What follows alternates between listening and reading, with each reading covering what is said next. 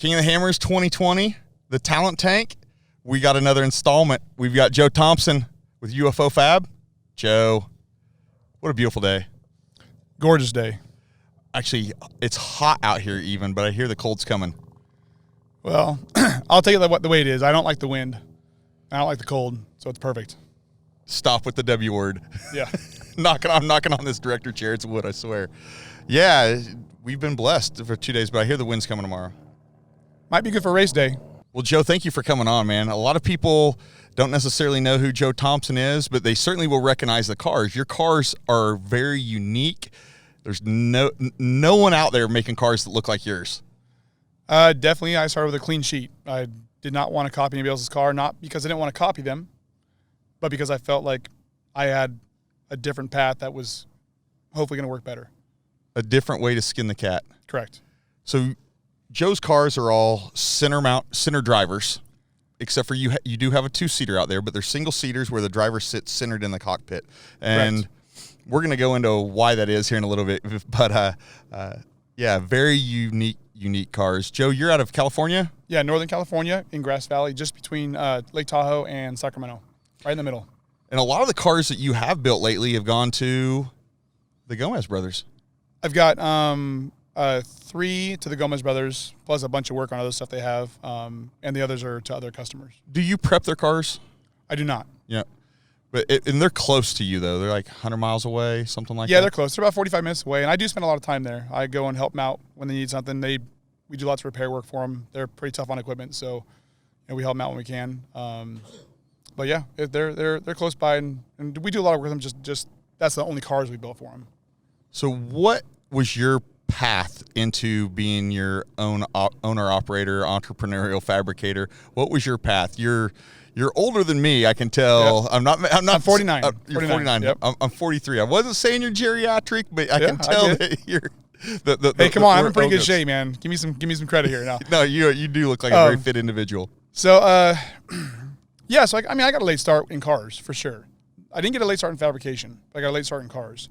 Fabrication-wise, I started at a very early age. I had a lot of really good people around me, people I worked for at a young age that were really good. So that helped me a lot. And the guys I did work for, they were uncompromising. I had a couple bosses that it was their way or no way. And they had their reasons. And I didn't understand it then. I understand it now. But, I definitely apply that to what I'm doing now. What kind of fabrication were you doing? Just steel fab, structural fab? So I started off doing like processed gas lines, which is like high purity stainless stuff, TIG welding. And then lots of TIG welding jobs, in between there as I was kind of cutting my teeth. I actually bought my first TIG welder when I was working at a bike shop, and I bought it, a little Miller Maxstar, 110 TIG welder. And I was just welding, and literally, no joke, I had an apartment, and I conned a garage, an actual enclosed garage space from the landlord, and because none of the stalls were enclosed except for one, and I literally put a plug into the light bulb at the top, and that's how I ran the TIG welder. So I go down there, I practice at night, and just weld, and not really know what I was doing, but I read a lot, and I had good people around me too that I was copying. So good fabricators that I was able to kind of pull stuff from. And at that time, you were mostly working on mountain bikes? Just bicycles, yeah. I was, my brothers and I both raced bikes for a long time. So I raced until I was 28-ish, professionally. And then, I built some bikes. And so you've been bitten by the bug in the competition for a long time. Yeah, I've always been a competitor, always been a racer. I don't get to drive out here very much, but I definitely love driving, definitely love competing. Whatever, it doesn't really matter what it is. But isn't there a little bit of, you said you didn't get to drive out here, but isn't there a little bit or a lot of pride in seeing your babies do good? Yeah, we'll see. Yeah, that's kind of funny.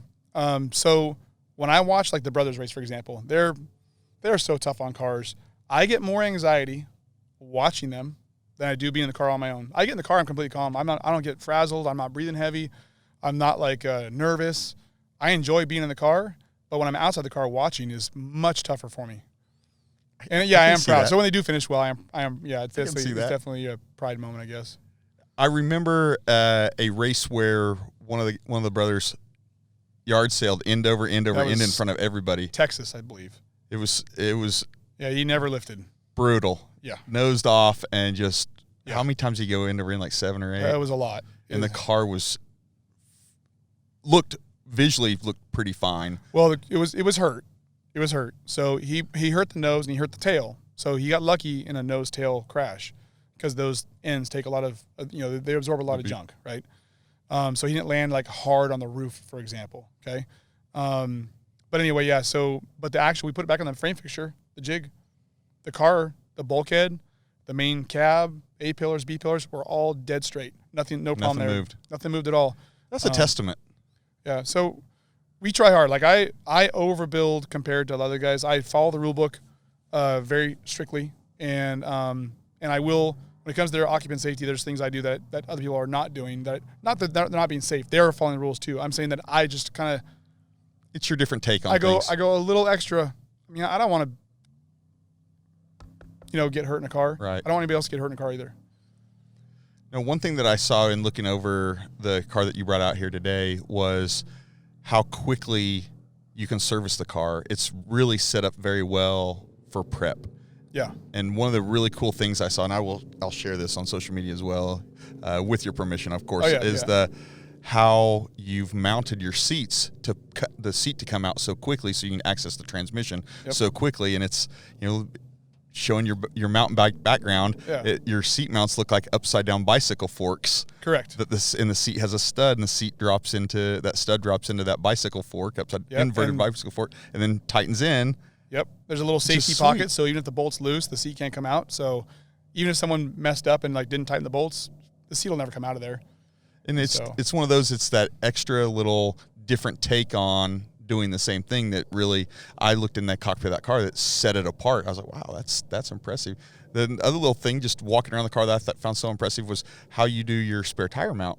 Yeah. And there's no straps over the top to break or lose or get loose, or if you get punted for them to break and you lose the spare, you run a ratchet strap, a very heavy duty one, up from below the tire through the center. Yep. And then you have like a T-handle that has studs in it that point down. Yep. And you drop those dowels, those little T. It's like they're machined to fit the bore of the bore of the wheel stud, the wheel stud hole. And you set it in there, and it has the strap, and the strap pulls it down through the center of the wheel, and there's no way that thing is going anywhere ever unless you release the ratchet strap from below. No, it's solid. It goes nowhere. It's a really cool and beautiful take on. It's easy to take on and off too. So all the cars have we include a breaker bar with the car. It does a couple things.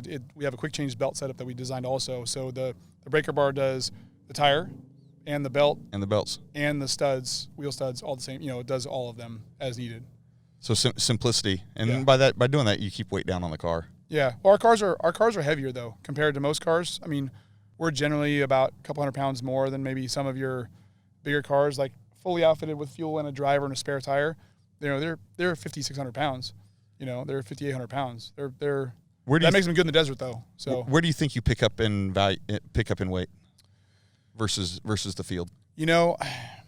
I think if you take the skins off our cars and take the skin off another competitor, like there's more steel in yours. No offense to Shannon, because Shannon builds a badass car.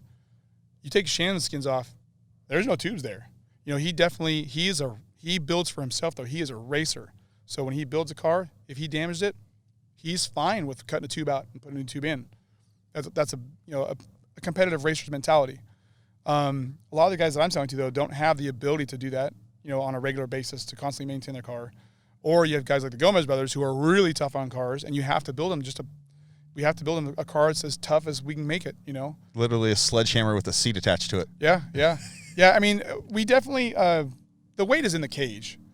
For us, we have a lot more tubes in there. Like I say, take the skins off. We have a lot more tubes, a lot more triangulation, a lot more support in key areas. But I think it's key that you say that in the sense that the components going onto the chassis for all the competitors are the same. Yeah. It's engine, transmission, transfer case. It's drive shafts. It's the oil coolers. It's the radiator. It's everyone has the same amount of stuff. Yep. For lack of better words or elegant words, stuff, and they have just a different size bag they're trying to fit it in. Yep. I would love someday, it probably would be for myself because, able to do it is if I'm my own customer. I'd love to build a really lightweight car one day, but a lightweight car poses a couple issues, and that is they don't go as good through the rough, because they don't have that mass to keep them planted. So, and that's that's the argument between sprung weight, unsprung weight, 40-inch tires going up and down versus the weight of the body. It's the ratio between the two. So that's the biggest thing. It's the split ratio between the two of them. So if you've got a big split difference, your chassis weight is high and your tire weight is low, it's going to bomb through the desert like a rocket. If it's the other way around, if the weights are closer to each other, that ratio is smaller, it'll buck and kick all over the place. They fight each other. Yep. You really need one side of the equation to leverage the other side, and it doesn't really matter which. Right.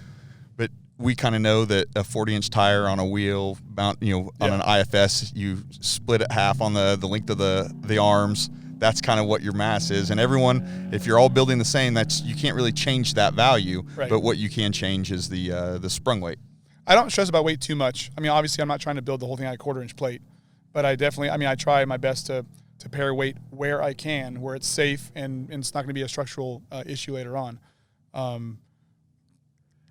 I still try and build it durable enough to take a beating. And then you've taken, the idea of your concept of your first car, and now you've got 8 of them out there. Is that right? And you've made some changes. They're all different, except for the first two twins. Those two are basically identical, parts interchange between them, that kind of stuff. The rest of them have all been different, little refinements through each one of them. It's probably a problem of mine because I am a perfectionist and I want to evolve as much as possible. And as you learn new things and change new things. Now, is there the ability to take a car, that was built number 3, like the Gomez IFS IRS car, and refine it with current 2020 Joe Thompson stuff? Yeah, so the car behind us here, that one I feel is my evolution from those cars. There's some suspension differences, there's some packaging differences. And I honestly, I look at it, I lay in bed every night. I don't know what I can really improve. There's some drivetrain stuff I can improve. There's some things that are out of my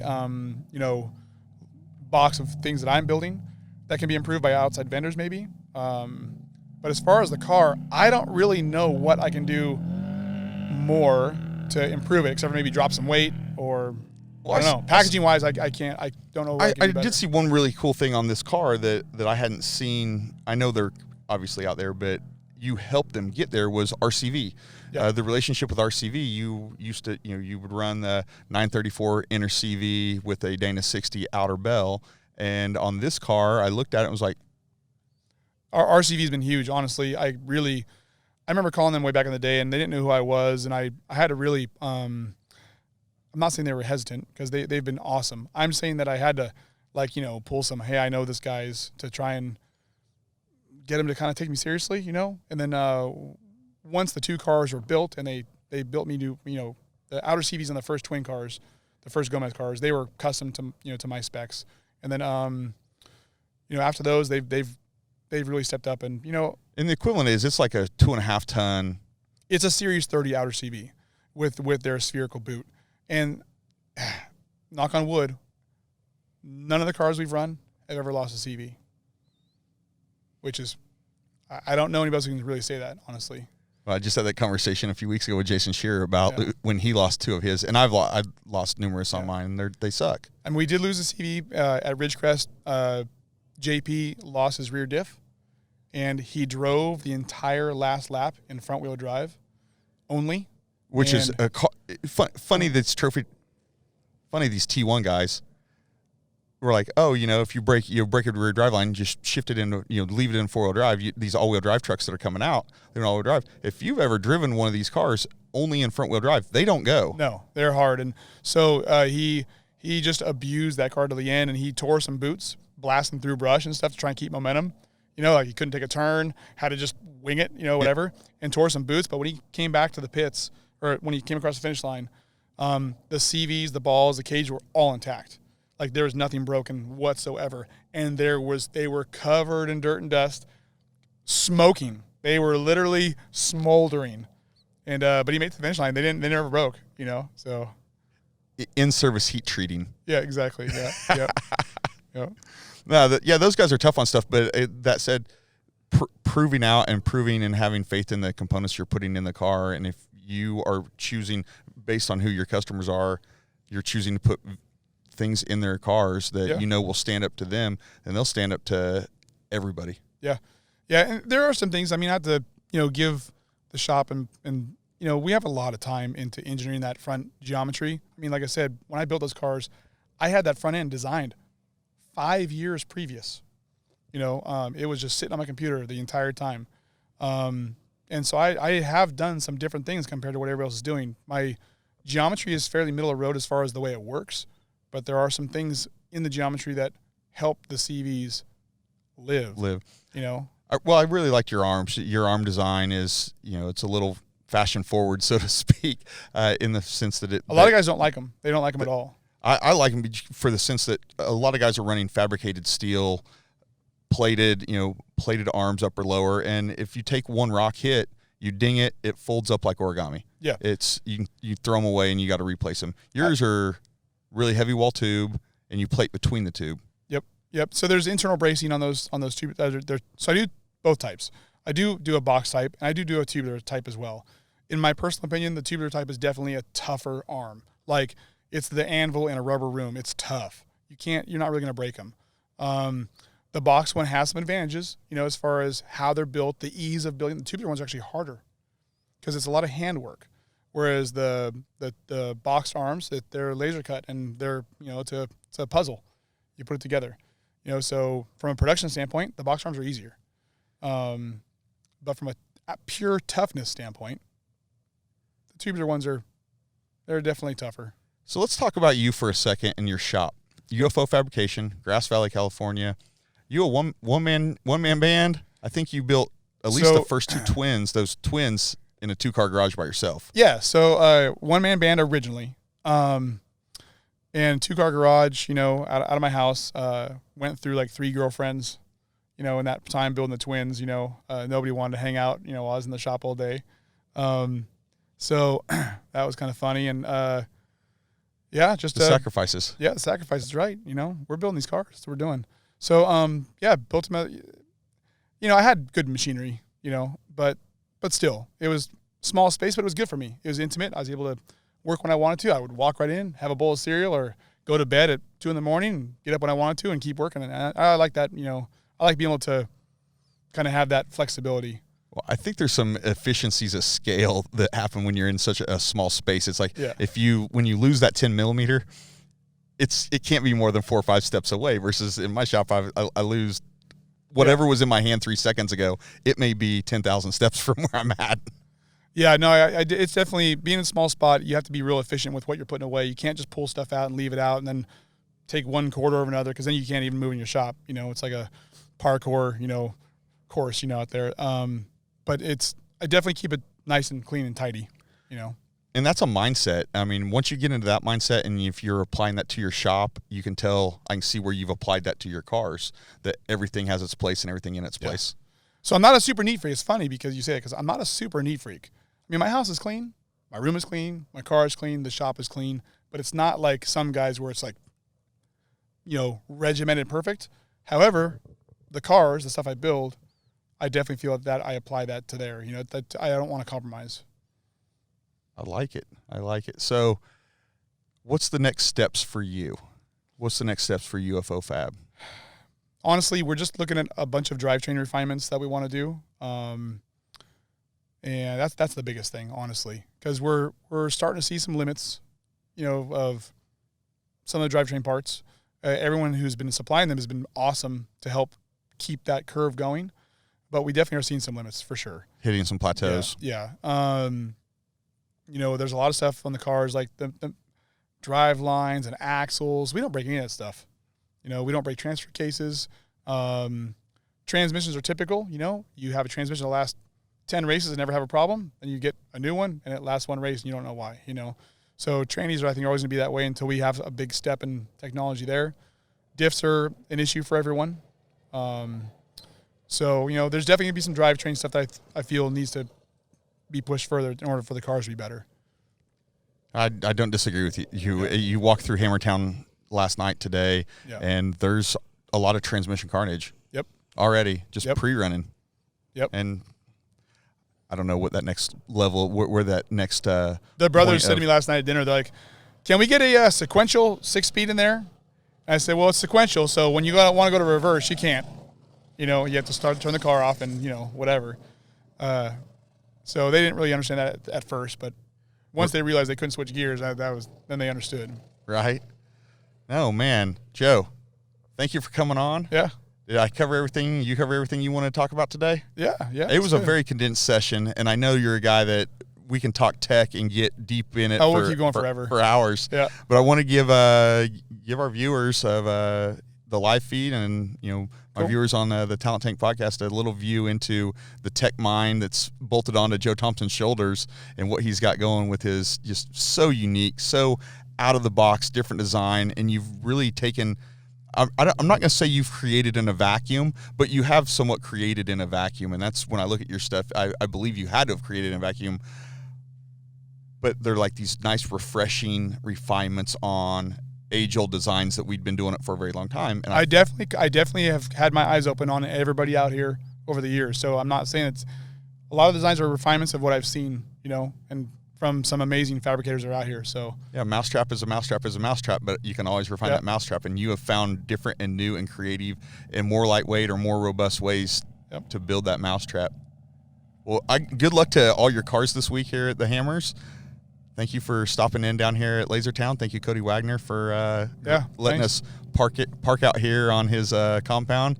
I mean, they're landing helicopters over here during the middle of they're refueling helicopters down here in the middle of our interview. It's I feel pretty humbled to be here, honestly. It's like I never expected, 6 years ago to be sitting here in an interview in the middle of the desert with race cars, and it's pretty cool. Beautiful weather. I'm soaking it up. It's awesome. Well, awesome. Boom. All right, man. We're out. Okay.